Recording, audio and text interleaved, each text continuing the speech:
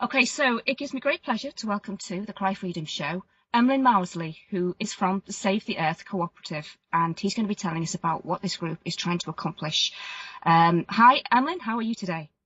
Yes, very good, Lisa. And yourself? Not too bad, a bit warm. It's a little bit sticky today, but we can't complain. Yeah, it's roasting. Yeah, I know. I'm stuck inside working. That's And about uh, that. I've got a little bit of a draft coming through the caravan that I'm sitting in at the moment, but anyway, Emlyn, I thought obviously we've got a lot to say about the organisation, and I think it's very key in these times as more and more people are starting to realise the absolute imperativeness of getting together in our local communities to actually change the system from within. So on to all that in just a moment, but I thought it would be great if you could start by maybe giving us a very brief history of your journey and what's brought you to this point in your life. Well, obviously, basically, I could be talking about that all day. But just to give you a brief overview, uh, I left school with no education apart from the basics. I went into manual labour work and basically travelled up and down the country working in various things, manual labour stuff, and then I become a coded welder. Became into sales. I did all kinds of things, and then I sort of stumbled into sort of international finance and through Wow. a friend in Australia when I was traveling in Bali, and I met him in Kuta, and he was from that's like the Australian Spain to us Brits.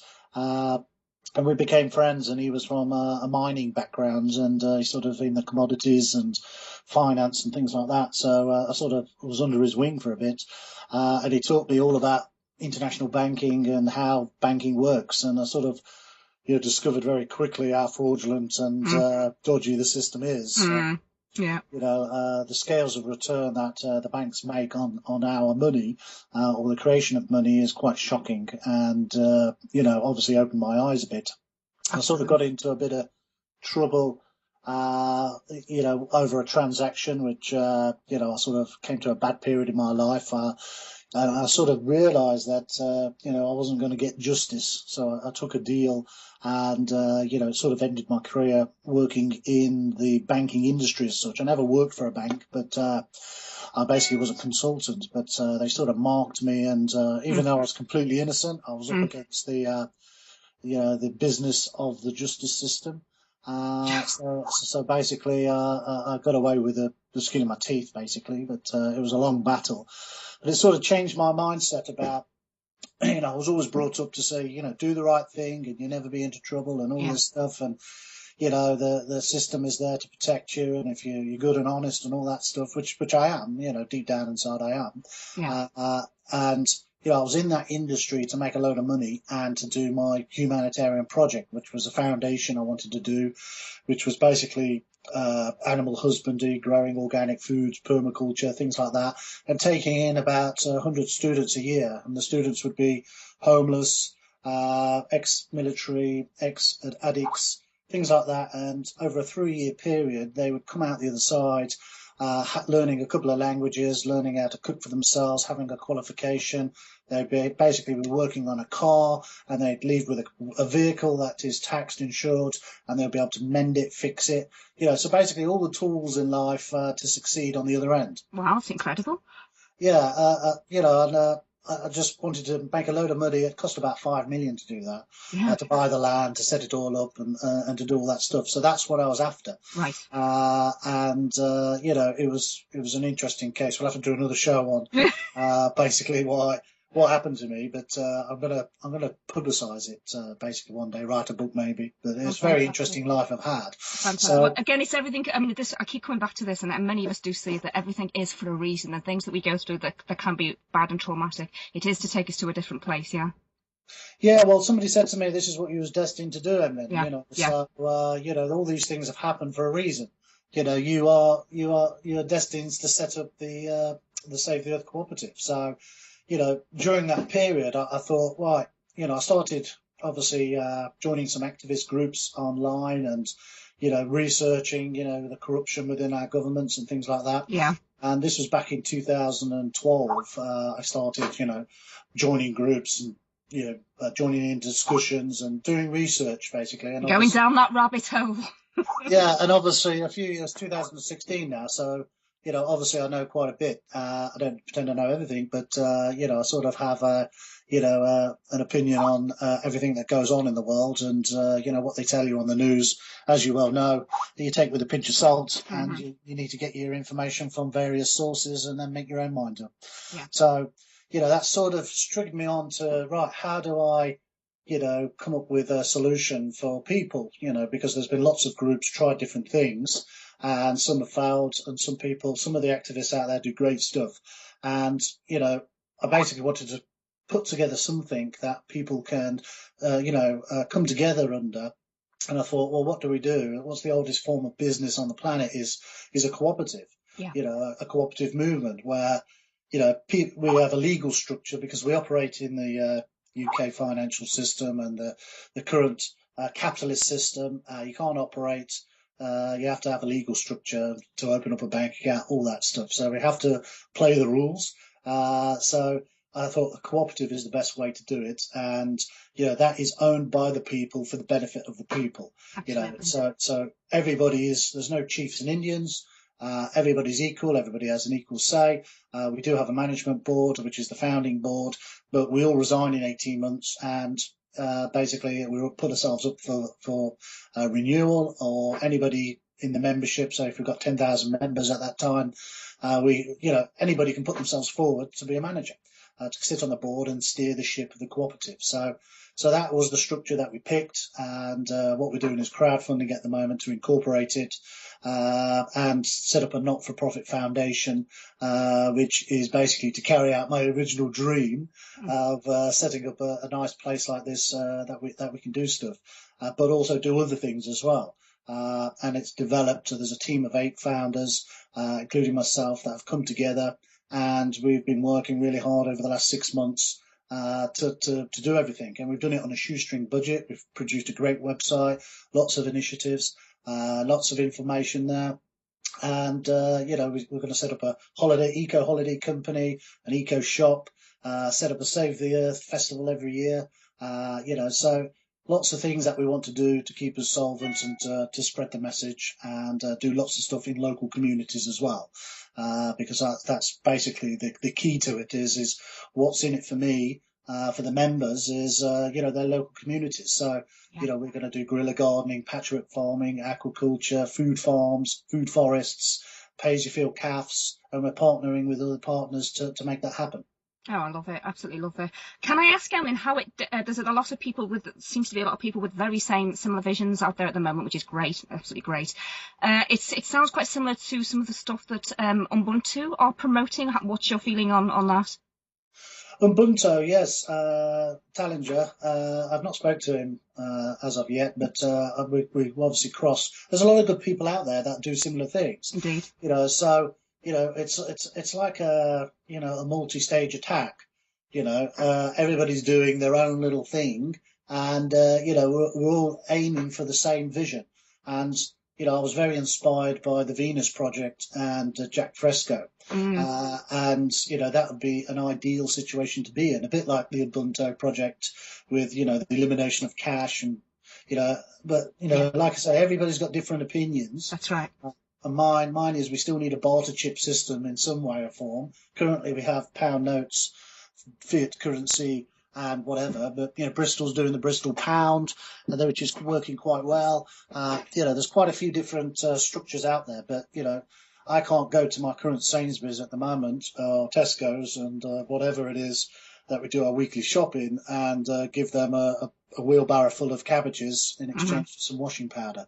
It doesn't work like that at the moment. It might work in a small village setting, but but we're well aware of all that, and we're in the capitalist system, so we have 1 foot in the capitalist system and 1 foot in the Venus Project style system, which is not going to happen next year. It's not going to happen in 20 years. It might take 50 years to get us to the Venus Project style. Yeah. But we are all geared up to move that way very quickly.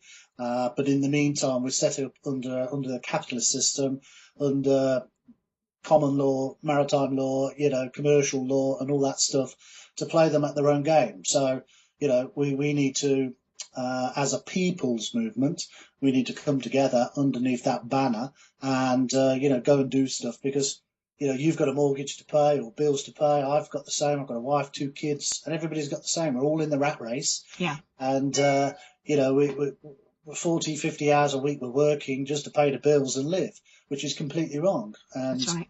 That's right. what do humans need? They need clean water, clean food, and shelter. That's all we need.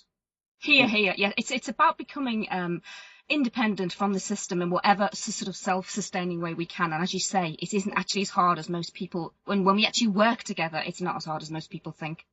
Yeah, that's right. And the idea being is obviously once somebody becomes a member, they participate and benefit from the whole structure as a whole. So if somebody's got a business idea, well, what we're trying to do is make it viable, because what we found is volunteer organisations struggle because exactly what I said. They have to go and work and pay their bills. Yeah. Unfortunately, that's the way it is. So we have to create a system where it's got a sustainable model within it. So obviously we are currently in the capitalist system, so we have to buy and sell things to generate these pound notes or dollars or whatever the currency is, which is the current world system that we're in.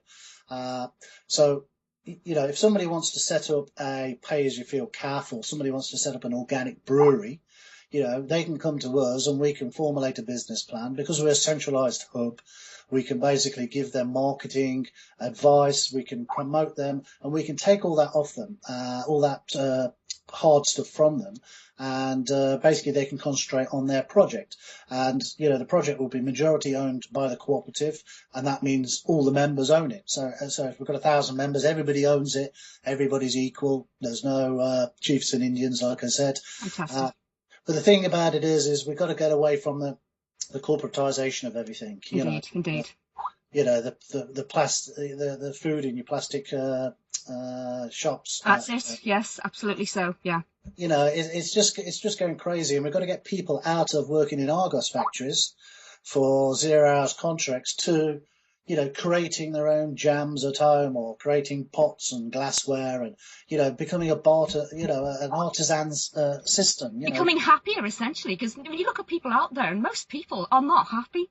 That's right. If you go to, say, the Spain or Italy or somewhere in the Mediterranean, or even South America, you go to the cities, even in Asia, they're buzzing, they're alive. I know, yeah. You walk They've got nothing, half of them, but they seem much happier than we do. Yeah, you walk for a market, and you're bedazzled with all the ranges, and all these people doing it. You walk down my high street, it's Argos, it's charity shops, betting shops, Greggs, corporatization of everything, taking and stealing our money and feeding us crap for it. Yeah.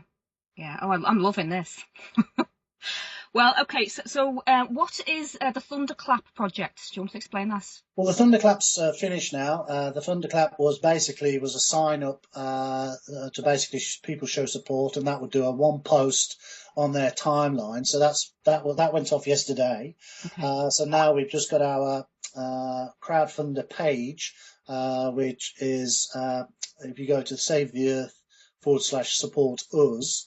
Because the crowdfunder actual link is too long to read out, but I'm sure you can post that out. I'll send you the link to it. Sure.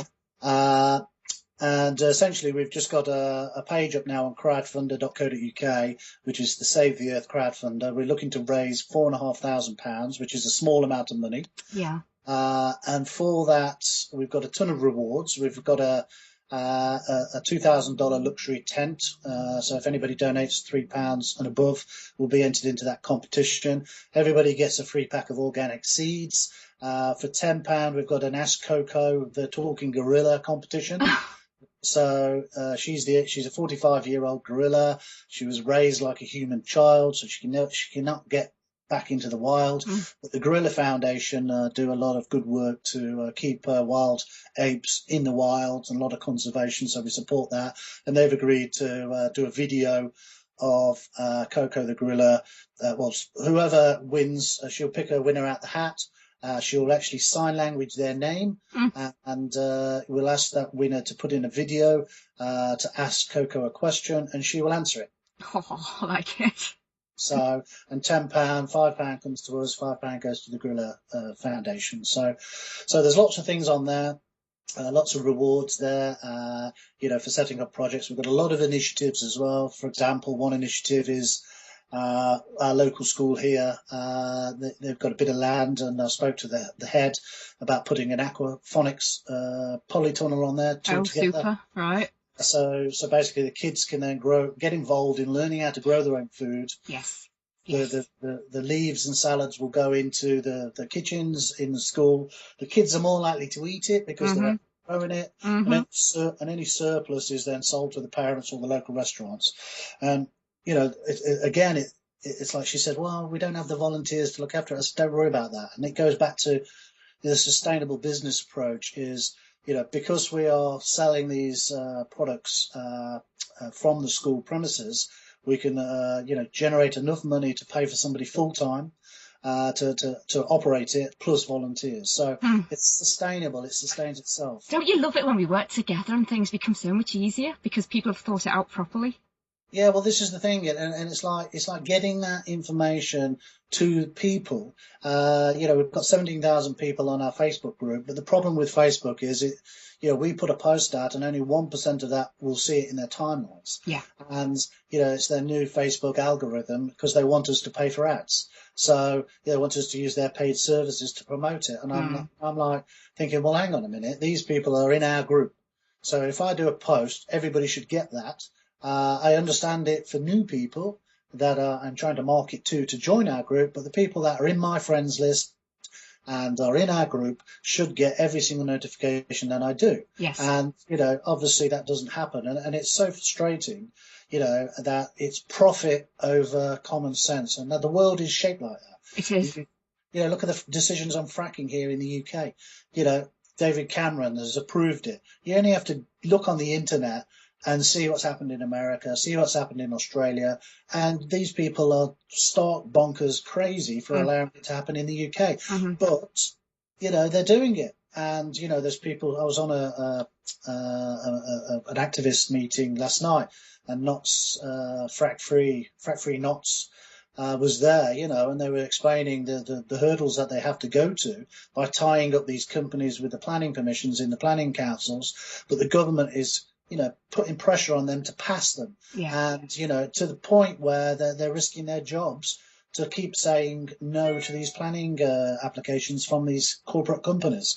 And I just think that it's gone bonkers. It has gone bonkers. It has, and even just the other day, someone used a phrase. It's only his job, and I can't hack that one, I'm afraid, because I do know that we do all have to survive. But the things that have been done in the name of just doing your job, when we look back throughout history, have been pretty horrendous, and it's time for people to sort of rise above that, I think. The thing is the system is everybody's just happy enough. Just happy enough not to be rioting in the streets, and that's how the status quo is around the world. And that, and the problem is, most people are happy at that. Most people are raised to get a job. Yeah. They're raised to earn £400 a week. They're raised to do 40 hours a week, and they're raised to, to go out on a Friday night, a few drinks and biscuits on Monday, and they start all over again. As long as their bills are covered, that's their life.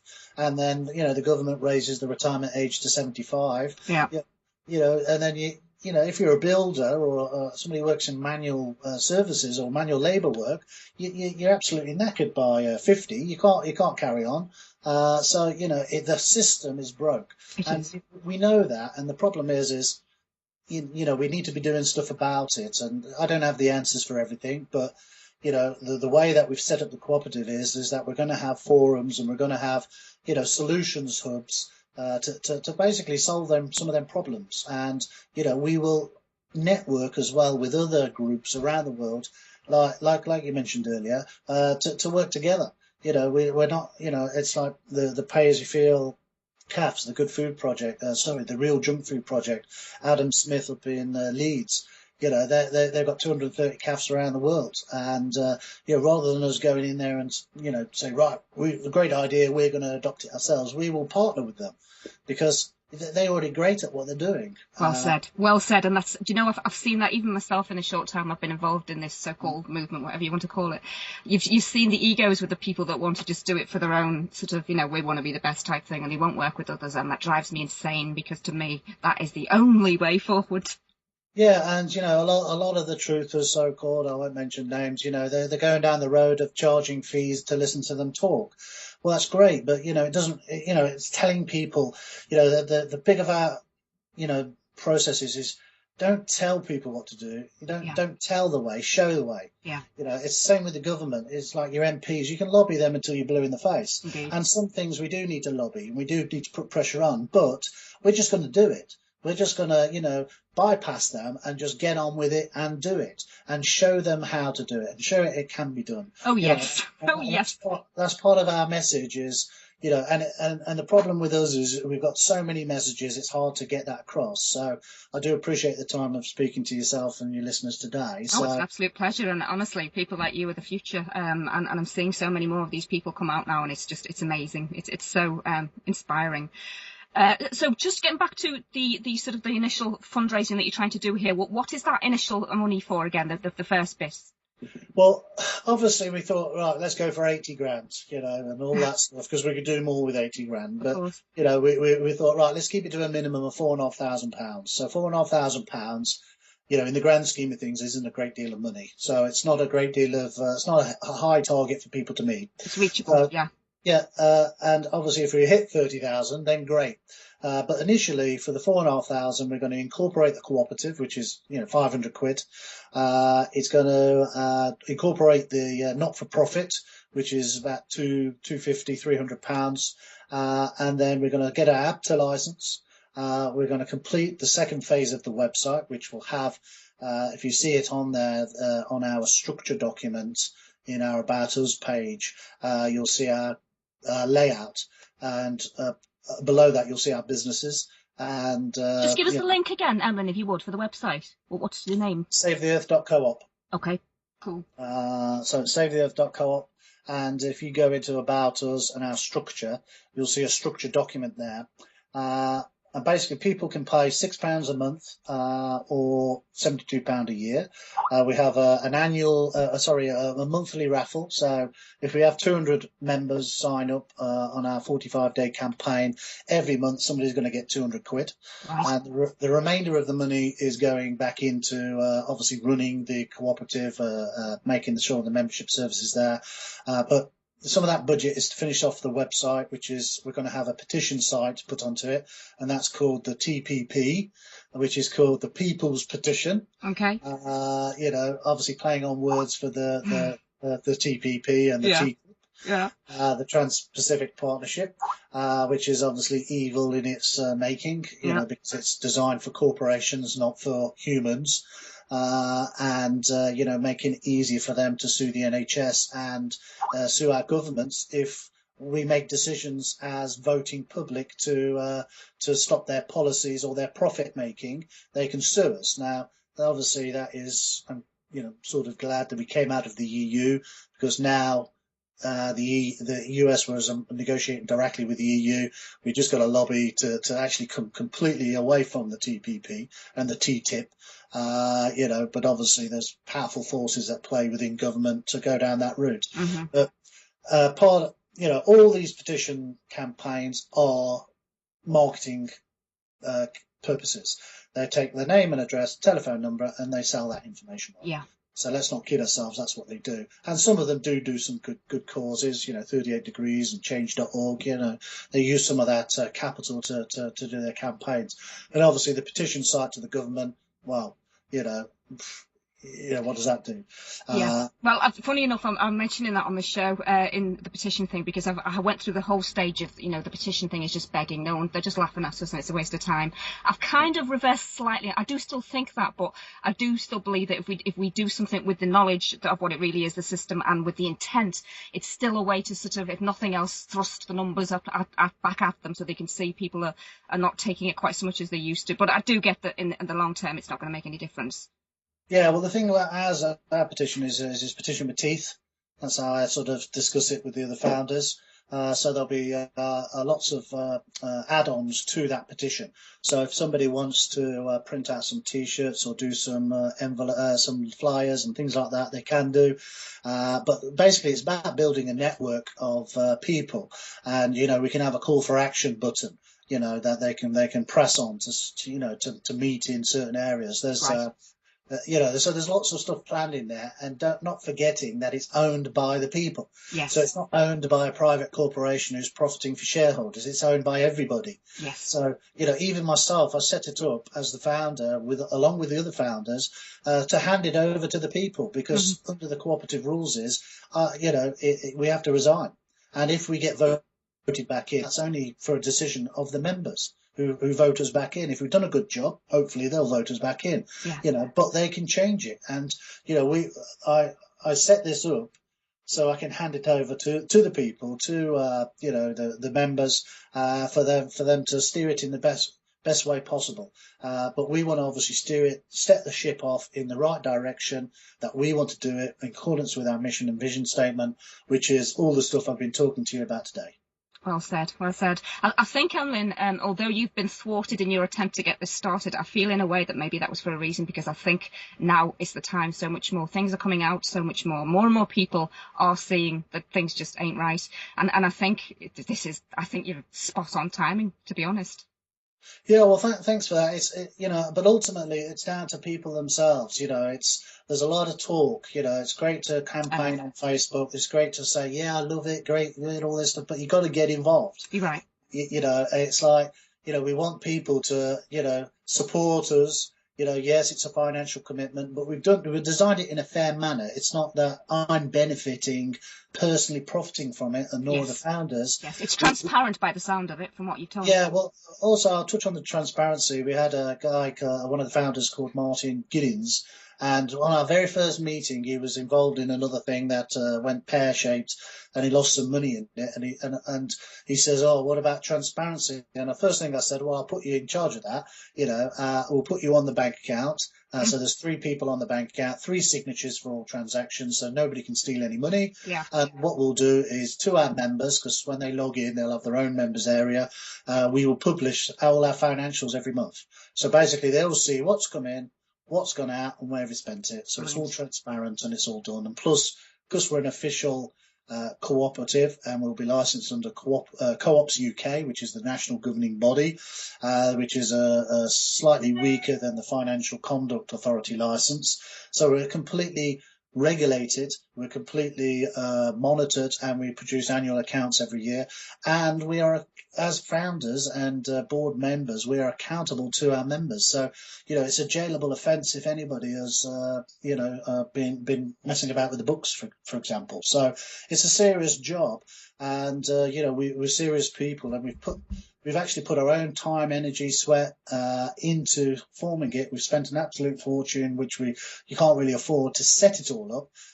And we are committed. So we've actually done quite a bit of hard work. And, I think what we've done with the website, some of the videos, and maintaining the Facebook group and the Facebook page, for 8 volunteers, doing it in our spare time, I think we've come leaps and bounds. It sounds like you're doing an absolutely fantastic job. I'm actually looking now at the picture of the 8 of you. I just wondered, could you are they all from this country, or is that the UK based, or tell us a little bit about the team, the 8 founders? But basically they're all from this country. We have Emma, that's currently teaching in Vietnam, so she has to get up really early in the mornings on our weekly meetings, or we have twice weekly meetings. But yeah, essentially we're all UK based. I put a call out in the group and asked people to get involved, and obviously, it was quite a good response back, but ultimately, people with time commitments and things like that slowly dropped off. So it was the core 8 of us that actually started about, I think it's about 5-6 months ago. So. Right. Okay. Fantastic. I liked what you were just saying, incidentally, just then on the transparency thing, because just very briefly, one of the things that's been going on at the moment that a lot of us have been sort of spreading information about is the community garden from the gentleman in Preston, who's basically over the last decade been building up outside his council house this beautiful oasis of space for himself and his community to enjoy, and it has actually been bringing the community together in some really amazing ways with music and art, etc. And he's recently had trouble with the housing association in that they've told him that he has to basically destroy it, and if he doesn't, he'll be sent to prison. And this is all kicking off at this very moment. But one of the things that is sort of behind the scenes on this that he did reveal when I spoke to him last week, and it will be on the show, is that this kind of all started to reach a crescendo when he started to question certain financial aspects of the housing association, and this is when the attack really sort of came down on him. Yeah, I sort of watched that. I watched the report. I don't know whether it was a news report or it was a documentary that was done, but he's such a lovely man. I know. And such a really nice guy, and he's done something of his own back to brighten up his community. Paid for it himself, thousands of pounds it's cost him. Yeah, and he's done it to brighten up the community. The issue is, again, it boils down to doing things the right way. And I'm not going to critique him, but he's living in a housing association property, and the housing association own that property. Now, you straight away you're up against a brick wall. That's and right. Ultimately the law says, that it's their property, they can do what they wish with it, and if he hasn't got the permission, ultimately, no matter what he does, he's going to fail. Yeah. And we are, as a group in the cooperative, one of our core things was, because we've got a guy, Phil, he sat on a Fortune 500 board. We've got a GP who ran for the Green Party MP last year. So we've got some great thinkers there. We're not all experts, but we've got some good experience. And a part of the core thing that I thought about, because I've been thinking about this for 2 years before I approached anybody, and I set up the group about 9 months ago, as to see how it would go, to test my idea. And the thing being is we have to work within the system. So, some of these things about, going onto the land and it's public land and taking it over, you're always going to have police and bailiffs banging on your door. And you're right. You're going up against the system, and the cooperative itself is not going to go down that road. So if we're going to do land or build something, we're going to buy it, so we are the owners of it. And I know some people that's going to go, well, we don't, we're buying everything. We're the only species on this planet that has to pay to live here and all that stuff. Well, we understand all that, but we're living in a financial system. We're living in the capitalist system. We can't change that yet. Yes. So at the moment, we have to go down that route. And I come across a trust or foundation, which are really good. I didn't know this until recently, but they've got a policy where they've got, as long as you stick to, say, 9 or 10 rules that they've set out, we can build on greenbelt land anywhere in the country. All right. So we can set up an eco village, and we can, as long as we stick within them rules, they've got agreements up and down with all the councils that is what we can do. So solutions to the problems is what we're about, rather than, going out there and causing trouble and having police, bailiffs and courts on our case. There are a lot of activists that are making great progress in them areas, and I support them all the way. But for us, we made a conscious decision to be mainstream. We know all these things that are going on in the world and how unfair it is, but we're mindful of that. But, we want to be, to make real change, we don't want to be a group full of activists, because there's not enough activists to make change. So we're struggling as it is. So I have to agree with you, because I've seen this. We've all seen this ourselves over the last few years. That it's great to have that ethic and to fight for what we think is right. But unfortunately, most of the time we end up on the losing side, and it's obviously not really working, is it? No. So we're going down the mainstream, attracting, the mainstream people. So we want to be sort of copying this Sierra Club, Greenpeace, that type of organisation structure, which are global organisations. Yeah. The problem with them is that I see is they are 501c3s, charitable organisations, where they're paying their top executives in excess of 200,000 a year. And, we as a cooperative board, we already set in stone our policy that we will pay no more than 10 times the lowest paid member of our organisation. And no way are we going to be paying ourselves £200,000, or any future board because if we get voted out, or a new set of board come in, they can't do the same either. So because it's a people's cooperative, it's not a private organisation where the board vote themselves a nice handy wage rise every year, like these charities do, which gets people's backs up, because you're paying for all these international corporate charities. They're paying themselves obscene amounts of money. So right, you're so right. Yes.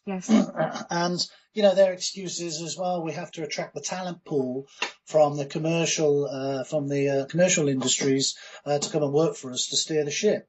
Well, at the end of the day, we follow very basic natural laws. Does that sound right and logical? Well, yes. Well, let's do it then. Does that sound bad and it's ruining things? Well, let's lobby against it then.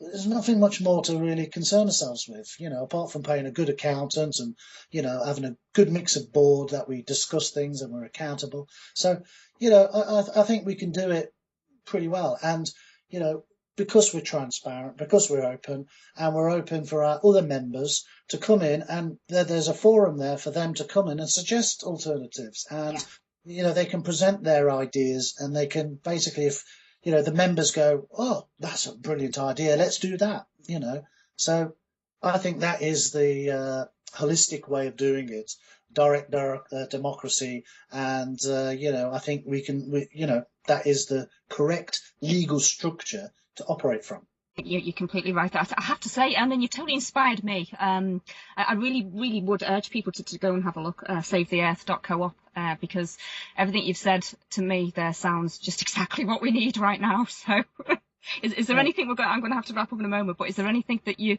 want to finish on, or information you want to sort of get across to people? Well, really, it's just obviously search us out. We're pretty social. If you Google Save the Earth Cooperative, we come up on Google searches now. We're doing regular blogs. So if there's any writers, any experts in their fields, because we have a mentor membership, you become a mentor, you can teach these things, you become a partner in a creator. So, like you say about partnering with companies, they become a creator member, if they're ethical and things like that, and we can partner with them. So we've got a free member for people that can't afford it in third world countries. We've got a paid member that receive all the benefits that we've mentioned today. So they receive a share every year of what we're doing, just like a typical cooperative structure. And I'd ask people to, if they can afford £3, great. If they can afford £72, great. If they can become a member of the 100 Club, then great. And if you can't, don't worry about it. There's no worries. You can still become a free member, but please share and please tell your friends about it. Yeah, it sounds like you've thought it out really well to me. I really think you've done a good job there, Emlyn. Well done. Yeah, appreciate it. Thank you. Okay. Right, don't go, because I'm just going to finish this off. But so I'd just like to say thanks a lot for that. I will be keeping an eye on what you're doing.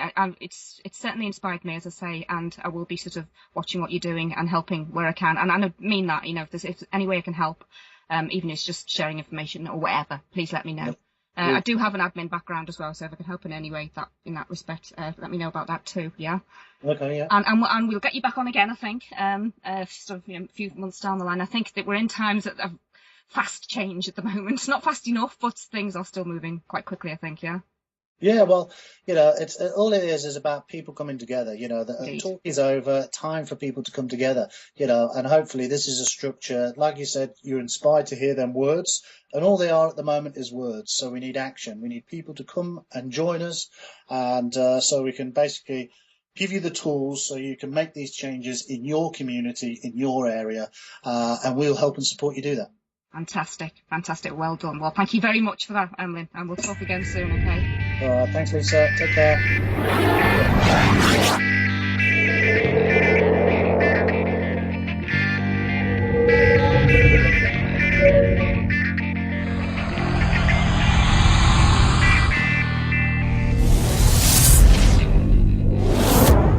Folks, it ain't about that. It ain't about the guy who tries buying a clean car when you're dirty. It's not his fault. It's you should figure out how to be clean. You should figure out how to do a job that doesn't involve you walking in mud all day. And that's possible, because somebody else has done it. I don't buy the idea that the society the way it is right now, it has to be this way. Someone's always going to have to work at Burger King. Someone's always going to have to. I don't buy that. I think people are pretty fucking flexible. If you look at the broad spectrum of humans and human behavior from different cultures all over the world, it's pretty obvious to me that there's a lot of different ways that people can act. We don't have to have fast food workers. We don't have to have people who work shit jobs. We don't have to. We just need to figure out how to restructure society so everybody somehow or another plays a part, has something to contribute, has something to share. I mean, that's what a real society is supposed to be like. I give you some coconuts, you give me some fish. We make a deal, and you do it back and forth and left and right. And when there's nothing to contribute, then you start looking, the president needs to give us jobs. We need jobs. So instead of something to contribute, you just find something to do with your time.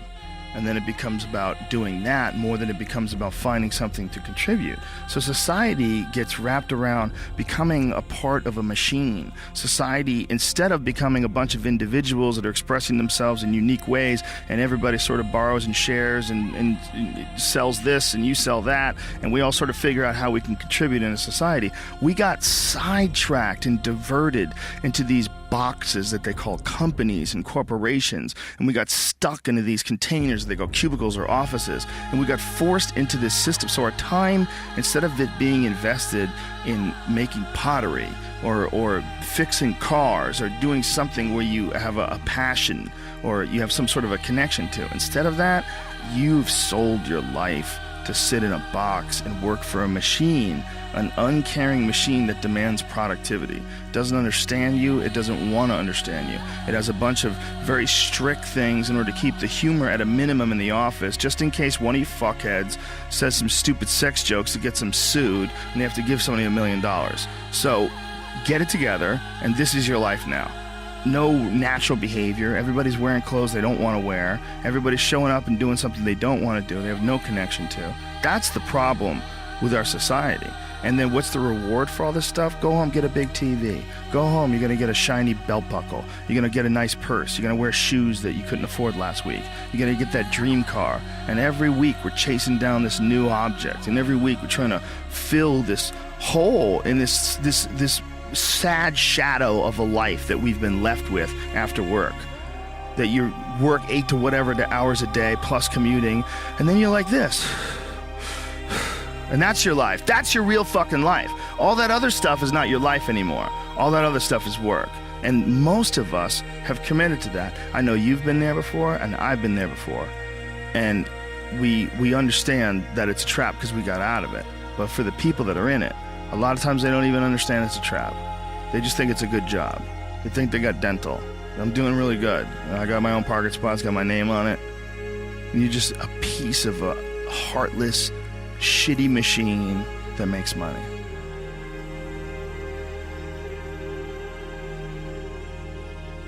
But don't you think you have to go through all that just to figure out what you want to do? Because no, I think know. I did, but I don't think you have to. Look, I did, but when I became a comedian when I was 21, I was 100% convinced that I was going to be a stand-up comedian for the rest of my life. Like, I didn't need to worry about what was next.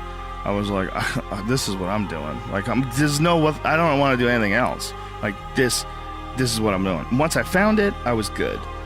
All the jobs were just to feed myself while I was trying to make that work. But it's to get one and commit to it and have it become a part of your life becomes really problematic, because if you were a dirtbag like myself who drove limos and did construction and did all these almost kind of temporary jobs that a lot of people drift in and out of, there's nothing expected of you. But if you get hired by a major corporation and become a big part of their program, like let's say you're also an animator and you get a gig. Like I have a friend who was an illustrator, and he was working for Nickelodeon, and he got fired, and he was panicking, and he was like, shit, I don't know what the fuck to do. He's like, I gotta figure out another job. So he started making paintings and selling his paintings. It was the greatest thing that's ever happened to him. Now his name's Todd White. He's a super successful artist. He makes like this kind of martini style, like cocktails from the like cocktail parties from the 1920s, like those cool kind of cartoonish martini glass things. He's got a real specific, distinctive style. It's really cool. But he's a great artist. And he's also a black belt in jiu-jitsu. I know him from Jean-Jacques Machado's. He's a great guy, but it was an opportunity for him to lose a job, and even a job that he loved as an illustrator. But, you know, I'm sure he'd much rather do what he wants to do and do what's going on in his mind. Oh, that's cool stuff. Oh, he's really cool. He's badass. And he's a great guy, too. Very cool guy.